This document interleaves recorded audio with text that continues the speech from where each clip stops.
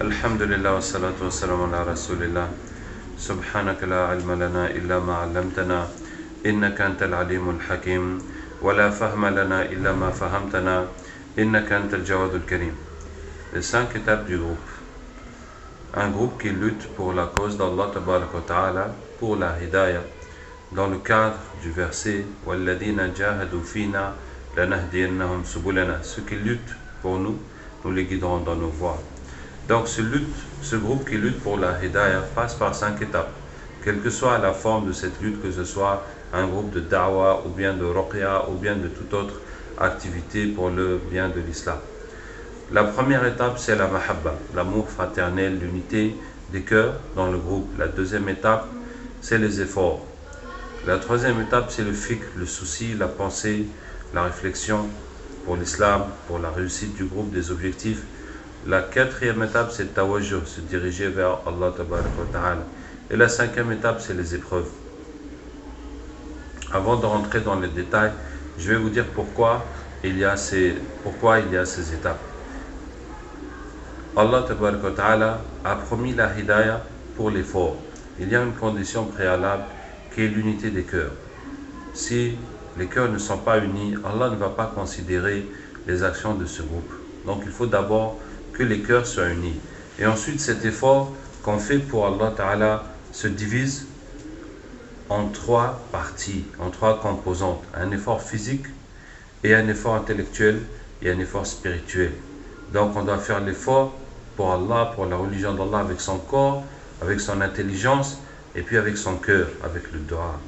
Une fois que ce travail est complet, Allah va donner la hidayah. Et la hidayah, Allah va donner d'abord à ceux-là même qui font les efforts.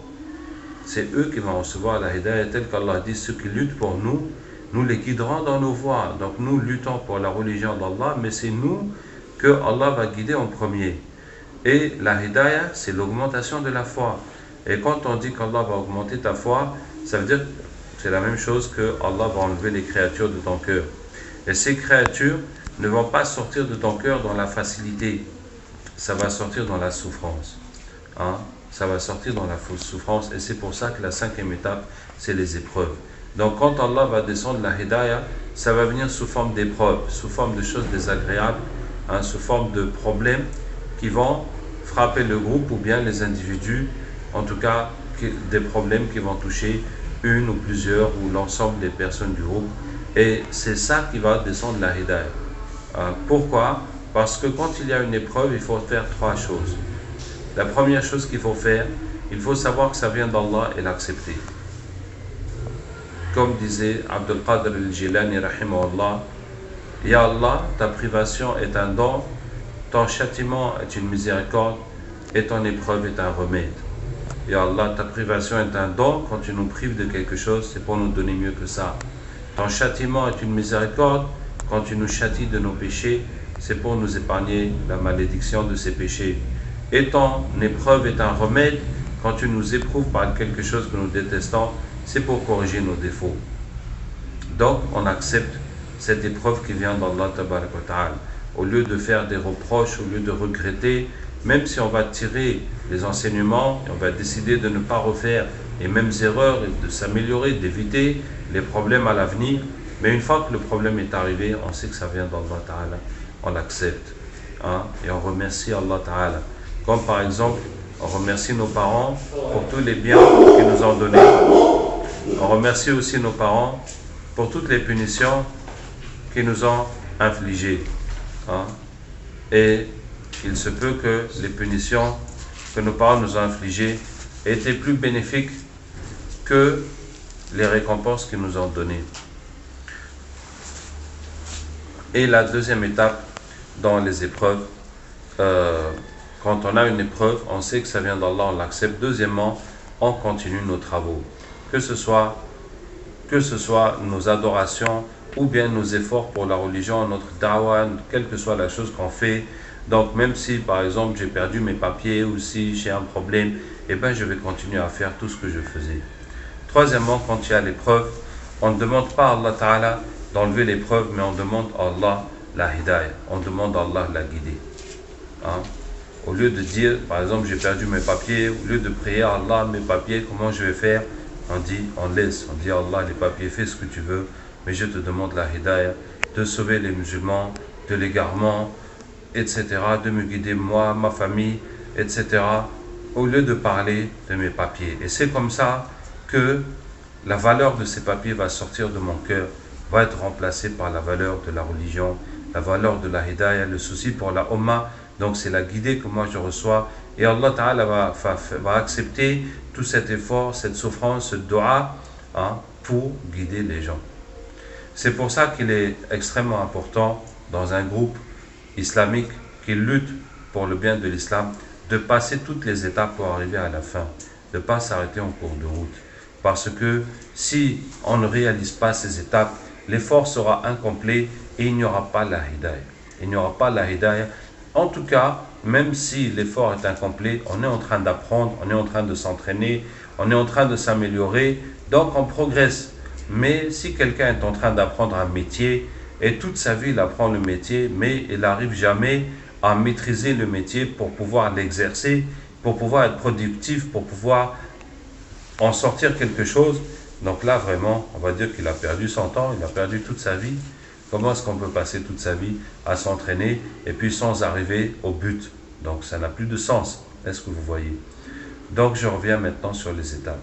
La première étape, c'est la mahabba. Alors il faut savoir que la mahabba, l'amour fraternel, l'unité, dans un groupe qui lutte pour l'islam, le niveau qui est demandé dans l'effort pour la religion est bien plus élevé que le niveau d'unité et de fraternité qui est demandé dans la société musulmane. Parce qu'Allah Ta'ala dit Inna Allah yuhibbu alladhina yuqatiluna fi sabilihi saffan ka'annahum bunyanun marsus. Allah aime ceux qui luttent dans sa voie en rang serré comme des pierres d'un mur. C'est comme ça qu'Allah Ta'ala veut qu'on lutte dans sa voie. Et comment est-ce qu'on peut combattre les ennemis humains ou djinns ou shayatin? Comment est-ce qu'on veut être sur la voie du prophète sallallahu alayhi wa sallam et des sahaba alors que nos cœurs ne sont pas unis? Qu'Allah Ta'ala ait pitié de nous. Alors pour cela, il y a beaucoup de règles que l'islam a établies pour réunir les cœurs, pour que les gens s'aiment, pour qu'il y ait la fraternité, qu'on se pardonne, etc., etc. Parmi toutes ces règles, je vais en citer vraiment quelques-unes. La première, c'est ce qu'Allah Ta'ala dit وَقُلْ لِعِبَادِي يَقُولُ الَّتِي هِيَ أَحْسَنُ إِنَّ الشَّيْطَانَ يَنْزَغُ بَيْنَهُمْ إِنَّ الشَّيْطَانَ كَانَ لِلْإِنسَانِ عَدُوًّا مُبِينًا. Dis à mes serviteurs de dire la meilleure parole, car Shaitan essaie de provoquer entre eux, car Shaitan est l'ennemi évident de l'homme. Dire la meilleure parole, c'est par des paroles de plaisanterie, de moquerie, des paroles de blagues, etc., des paroles inutiles, que Shaitan trouve l'occasion de faire des problèmes entre les gens, et on se vexe, et après, l'autre dit, pourquoi chaque fois tu me critiques, pourquoi tu es toujours en train de dire ça, jusqu'à ce qu'on ne se parle plus, et puis on ne peut plus travailler ensemble. Qu'Allah ait pitié de nous. Donc chacun doit s'efforcer absolument d'appliquer ce hadith du prophète sallallahu alayhi wa sallam. Man kana yu'minu billahi wal yawmil akhir falyaqul khayran aw liyasmut. Quiconque croit en Allah et au jour dernier, qu'il dise du bien ou qu'il se taise. Voilà ce qu'on doit tous faire. Tu dis du bien ou tu te tais. Même si tu es fâché, pas besoin d'en rajouter, pas besoin de dire n'importe quoi. Tu dis du bien ou tu te tais. Dans n'importe quelle situation, tu dis du bien ou tu te tais. C'est vraiment, chacun doit s'imposer de faire cela. Et malheureusement, j'ai très souvent été déçu par les gens auxquels on répète ce hadith et ils disent non, non, et puis ils continuent à plaisanter, ils continuent à dire n'importe quoi, comme s'ils n'étaient pas concernés, ou comme s'ils avaient la liberté de faire ça ou de ne pas faire ça, comme si on te dit, oui, jeûne lundi, jeudi, non, je ne veux pas jeûner lundi, jeudi, et puis voilà, c'est tout. Non, mais le prophète sallallahu alayhi wa sallam, ce n'est pas comme ça qu'il a dit. Il a dit celui qui croit en Allah et au jour dernier, qu'il dise du bien ou qu'il se taise.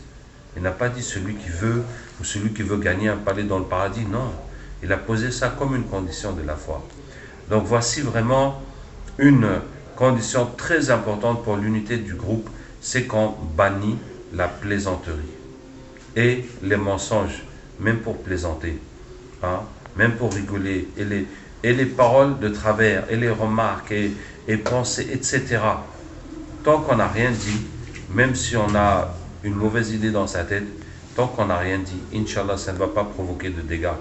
Une fois qu'on a dit quelque chose, après, ça devient très difficile de réparer les dégâts. Qu'Allah Ta'ala ait pitié de nous. Donc je vous ai dit qu'il y a juste quelques règles que je vais vous dire au sujet de l'unité. La première, c'est ça. C'est dire du bien ou se taire. La deuxième, c'est le respect, la considération de l'autre dans le groupe. Déjà, Sayyidina Ali radhiyallahu anhu dit أعظم أكثر أشد الناس تعظيما للا إله إلا الله أشدهم تعظيما لأهل لا إله إلا الله. Les gens qui respectent le plus la parole de la ilaha illallah sont ceux qui respectent le plus ceux qui disent la ilaha illallah.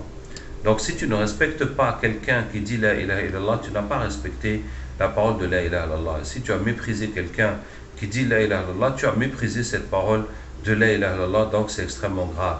Mais il faut donner beaucoup plus de respect à ceux qui s'engagent pour la religion. Parce que la réalité est qu'ils sont très rares. À ceux qui s'engagent, qui veulent se lever, lutter, donner de leur temps, donner de leur effort, prendre des risques, à sacrifier leur temps avec leur famille, leurs loisirs, etc. pour aller faire quelque chose pour l'islam, ces gens-là sont rares. Ces gens-là sont rares.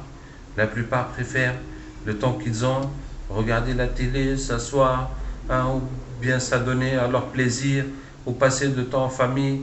Qui a le temps non seulement d'apprendre lui-même, de pratiquer lui-même, de se rapprocher d'Allah Ta'ala lui-même, mais après de se soucier pour la Ummah. Ces gens-là sont trop rares. Donc ceux qui ont ce souci, même s'ils ont des défauts, il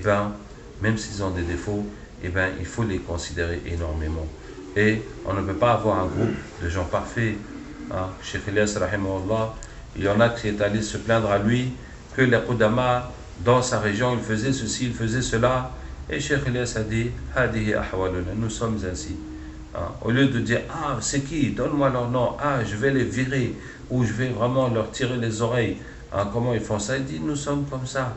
Est-ce que nous avons un groupe de gens parfaits? Ou bien on va leur donner des salaires fantastiques pour qu'ils soient des gens d'une qualité exceptionnelle. Voilà ce qu'on a. Et on essaie de faire avec et de s'améliorer. Donc, ça c'est la deuxième chose. Il faut savoir que quelqu'un que Allah a accepté, que Allah a choisi pour venir lutter pour la religion, c'est quelqu'un qui a énormément de valeur. Et qui vaut mieux que ceux qui ne luttent pas pour la religion, que ceux qui ne sont que en train d'adorer Allah tabaraka wa ta'ala. Et ça, Shaitan le sait très bien. Shaitan va mettre tout son effort sur ces gens-là, puisque si Shaitan arrive à les casser, tous les autres ils sont dans sa poche. Ceux qui adorent Allah sans parler aux autres, mais sans l'adoration, ne sert qu'à lui-même. Ce sont ceux qui vont lutter et s'investir pour la religion qui représentent un danger pour Shaitan et qui représentent l'espoir de l'islam. Qu'Allah Ta'ala nous aide. Donc voilà ce que je vous dis en ce qui concerne la mahabba. Ensuite, les efforts. Alors, il y a beaucoup de groupes où il y a la mahabba, on s'aime bien, mashallah, on boit le thé, on mange, on se fait ikram, et puis quoi? Et puis on se repose à tout moment. Donc, c'est quoi? C'est le club des retraités. C'est la maison des retraites, c'est la vacance, les vacances au sens la coule douce, on s'éloigne des soucis de la famille, des enfants, des courses, et puis on est là vraiment, on engraisse, qu'Allah Ta'ala nous aide. Donc quel est le critère des efforts? Comment savoir qu'on est en train de faire des efforts? C'est quand on fait tellement d'efforts qu'on ne trouve plus, qu'on ne peut plus manger et dormir comme on le souhaite. Ça veut dire on fait les efforts jusqu'à ce qu'on a faim, mais on ne peut pas manger parce qu'il y a encore du travail à faire. Et on fait les efforts jusqu'à ce qu'on soit fatigué, mais on ne peut pas dormir parce qu'il y a encore du travail à faire. Et même si on mange ou qu'on dort, on est obligé de vite se lever pour aller continuer des efforts. Vous voyez? Donc pour réaliser cet état où on fait tellement d'efforts qu'on ne peut plus manger, dormir comme on le souhaite, il faut remplir tout notre planning, il faut remplir toute notre journée par des activités fructueuses, des activités intéressantes, des activités qui soient profitables à nous, qui soient constructives pour l'islam, et tellement qu'on soit dedans jusqu'à ce que ça ne nous laisse plus le temps de notre repos. Et effectivement, ça dépend de l'activité que nous sommes en train de mener. Mais nous avons des principes dans cet effort, des principes de la vie des Sahaba qui sont d'abord le principe de Omar ibn al-Khattab radiallahu anhu. كان عمر إذا مشى أسرع وإذا تكلم أسمع وإذا ضرب أوجع. Quand Omar marchait, il allait vite. Quand il parlait, il se faisait entendre. Quand il frappait, il faisait mal. Donc, voici un modèle de Omar. Quand il marchait, il allait vite. Donc, même si quelqu'un il va pour acheter une baguette, tu ne vas pas marcher tout doucement, comme si tu as tout entendu. Non, tu files comme une flèche, tu prends la baguette et tu reviens parce qu'on a trop de choses à faire. On a besoin de toi. Toi-même, tu as besoin d'apprendre, tu as besoin d'évoluer. Donc, on n'a pas le temps comme ça de perdre notre temps à marcher tout doucement, tout doucement. Et quand on parle, on se fait entendre. Donc il y a des frères, chaque fois qu'ils parlent, disent parle plus fort, on n'entend pas. Mais puisque tu sais que chaque fois on te dit parle plus fort, mais dès que tu ouvres la bouche, tu parles fort pour que tout le monde entende. Comme ça, il n'y a plus d'ambiguïté. Et quand il tapait, il faisait mal. Donc ça veut dire que tout ce qu'on va faire, il faut le faire complètement, parfaitement, jusqu'au bout, pour que ce ne soit pas fait à moitié, qu'il n'y ait pas besoin de repasser derrière, que le travail soit bien fait complètement. Deuxième principe de Abu Bakr, il dit, en décrivant les qualités du calife, La yahiru inda al-badihati. Il n'est pas perplexe devant l'évidence. Quand quelque chose est évident, on le fait sans aucune hésitation. Par exemple, il faut que je fasse mes ablutions. Je vais dire, je dois faire mes ablutions. Oh là là, je dois aller jusqu'à là-bas. L'eau est froide. Je suis fatigué. Mais puisque je sais que je dois faire les ablutions et qu'il n'y a aucune autre solution que de faire ces ablutions, eh bien je me lève, j'y vais direct, je le fais, puis c'est terminé. Ça va m'avancer à quoi de rester là en train de réfléchir de comment je vais souffrir à faire mes ablutions. Je n'ai qu'à le faire et puis c'est terminé. Donc voici le deuxième principe. Quand quelque chose est évident, on le fait sans aucune hésitation. Dès qu'on le termine, ça nous permet de passer à autre chose. Alors que si on hésite, on tergiverse, après, c'est le temps de faire autre chose. On n'a pas terminé la chose d'avant. Donc les choses vont traîner, les choses vont s'accumuler. Et après, on ne peut plus terminer notre programme, on ne peut plus réaliser nos objectifs. En tout cas, tout va se mélanger. Troisième principe de Khalid ibn al-Walid. Quand Khalid combattait, il ne se reposait pas. Il ne laissait pas son armée se reposer, il ne laissait pas ses ennemis se reposer. Voilà. Quand on est engagé dans l'action, tout le monde bosse. L'émir doit bosser et faire bosser tout le groupe. L'émir, ce n'est pas quelqu'un qui bosse et qui laisse les gens assis. On doit exploiter les potentiels de chaque personne. Chaque personne, on le fait faire ce qu'il est capable de faire et on le forme à faire ce qu'il ne sait pas faire jusqu'à ce qu'il soit capable de tout faire. Et on fait bosser tout le monde. C'est dans ce travail qu'on va profiter. Qu'Allah Ta'ala nous aide. Et le quatrième principe, c'est le sauteur de mur. Ça, c'est l'histoire d'Al-Bara ibn Malik radiallahu anhu, à la bataille de Yamama, la bataille contre Musaylima. C'était la bataille la plus terrible que les Sahaba ont combattue parce que les kuffars qui suivaient Musaylama, le faux prophète, pensaient qu'il était un prophète et ils étaient prêts à mourir pour lui. Et les Sahaba aussi étaient prêts à mourir pour lui.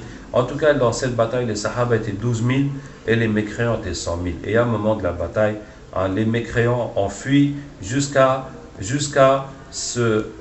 s'enfermer dans leur forteresse. Et les Sahaba étaient au pied de la forteresse et ils n'avaient pas moyen de dépasser ou de foncer la porte ou de quelque chose.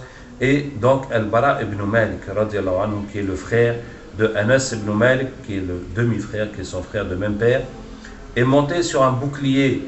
Il a dit soulevez-moi avec vos lances. Donc ils ont soulevé le bouclier, ils ont levé le bouclier avec les lances et il s'est agrippé au mur et il a sauté parmi les kuffars. Il a sauté tout seul parmi les kuffars et il s'est battu jusqu'à ce qu'il a ouvert la porte. Et quand il a ouvert la porte, les musulmans sont rentrés et lui il est tombé.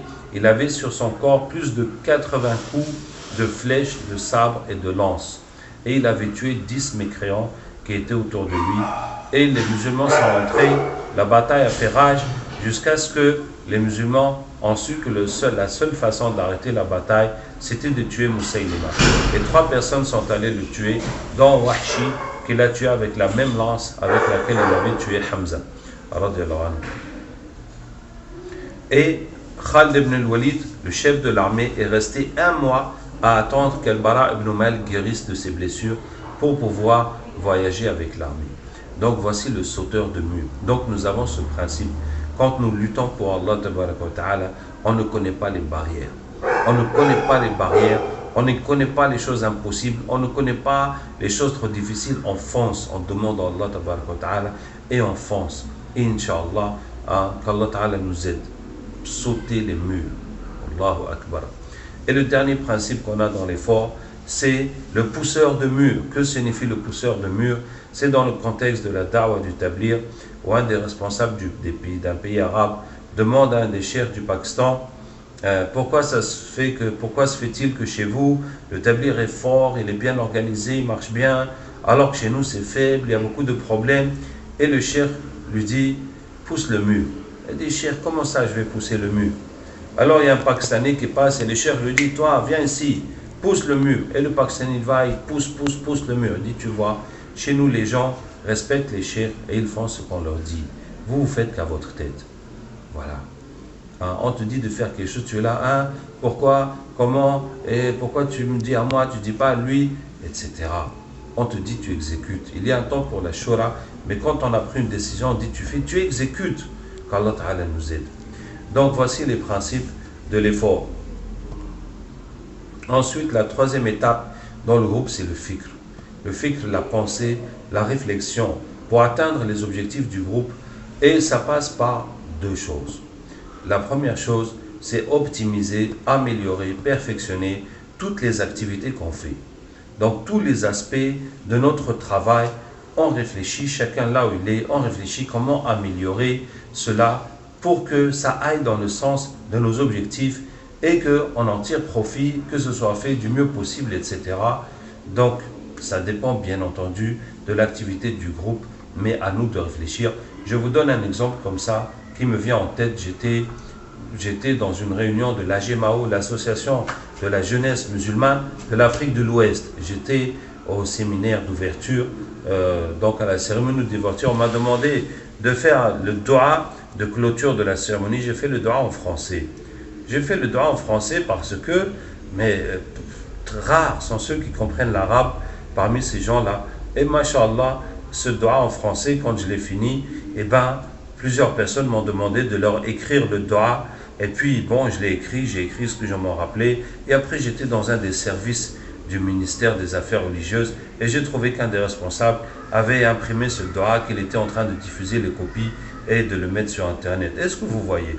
Parce que c'est une question d'efficacité. À quoi ça sert de faire un doua en arabe où je serai le seul à comprendre et le seul à profiter de ces doua et tous les gens vont dire Amin, Amin, Amin, à part politesse, sans rien comprendre à ce que je suis en train de dire. Vous voyez? Donc, qu'est-ce que je disais? Le fixe, c'est réfléchir à l'efficacité de chaque chose, l'amélioration de chaque chose. Chaque travail qu'on fait, il a un but, il a un objectif. Et il faut le faire de façon à atteindre cet objectif, de façon que ce soit positif et constructif, qu'on ne soit pas en train de faire quelque chose juste pour la forme. Juste pour la forme, non. Cette action, elle a un objectif et il faut la faire bien comme il faut. La deuxième partie dans la réflexion, c'est la shura. Donc, on se réunit, on discute, on débat, on échange pour tirer le maximum. Pour réfléchir tous à la meilleure façon de s'organiser. Et là, on va profiter des idées et des expériences des uns et des autres. Donc la shura, c'est une instance de débat et d'échange où on va tirer le maximum des expériences et des connaissances de tout le monde. Qu'Allah tabaraka wa ta'ala nous aide. Et ensuite, la quatrième étape, c'est le tawajjuh, se diriger vers Allah tabaraka wa ta'ala. On commence par se diriger vers Allah dans ses invocations personnelles, dans son tasbih, salat al-nabi sallallahu alayhi wa sallam, dans l'istighfar, dans la lecture du Coran, dans ses adorations, dans la prière, dans le dua, et puis dans les activités collectives. Chaque fois qu'on parle de religion, si on parle soi-même, on commence par se parler à soi-même jusqu'à ce qu'on soit dedans, et pour ensuite se diriger vers les autres. Pour ça, je vous propose ce dua quand on commence à parler Subhanaka la ilma lana illa ma 'allamtana innaka antal alimul hakim, gloire à toi, nous n'avons de science que ce que tu nous as enseigné, c'est toi le savant et le sage.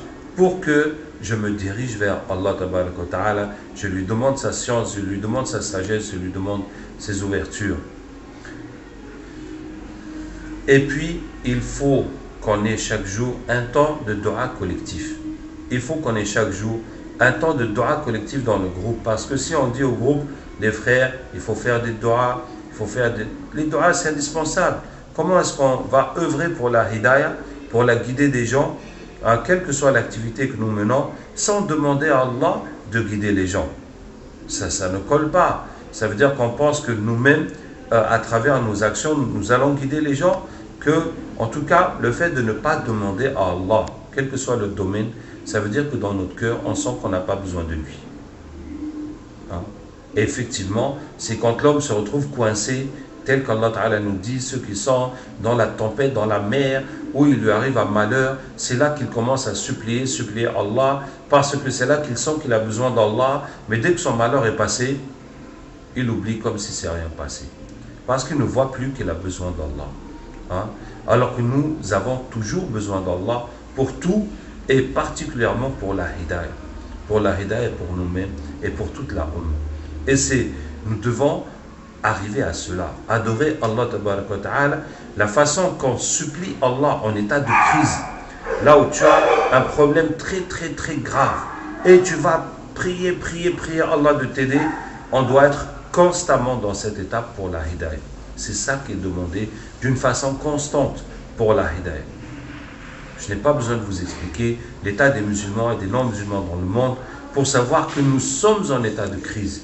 Et nous avons besoin de supplier Allah tabaraka wa ta'ala comme si on était en état de crise, mais parce qu'on est en état de crise permanente.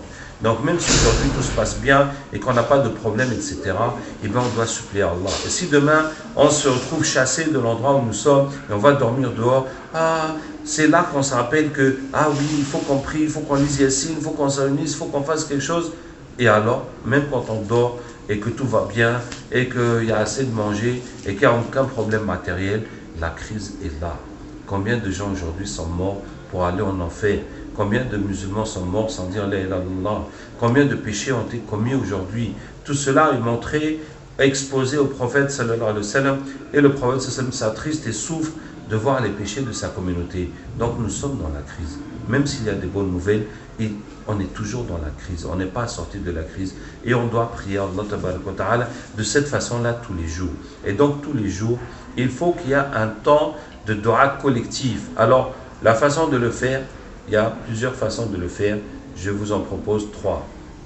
La première façon, c'est de faire la prière la nuit et de faire ensemble le qunut, tel que vous voyez les prières à la Mecque pendant le Ramadan.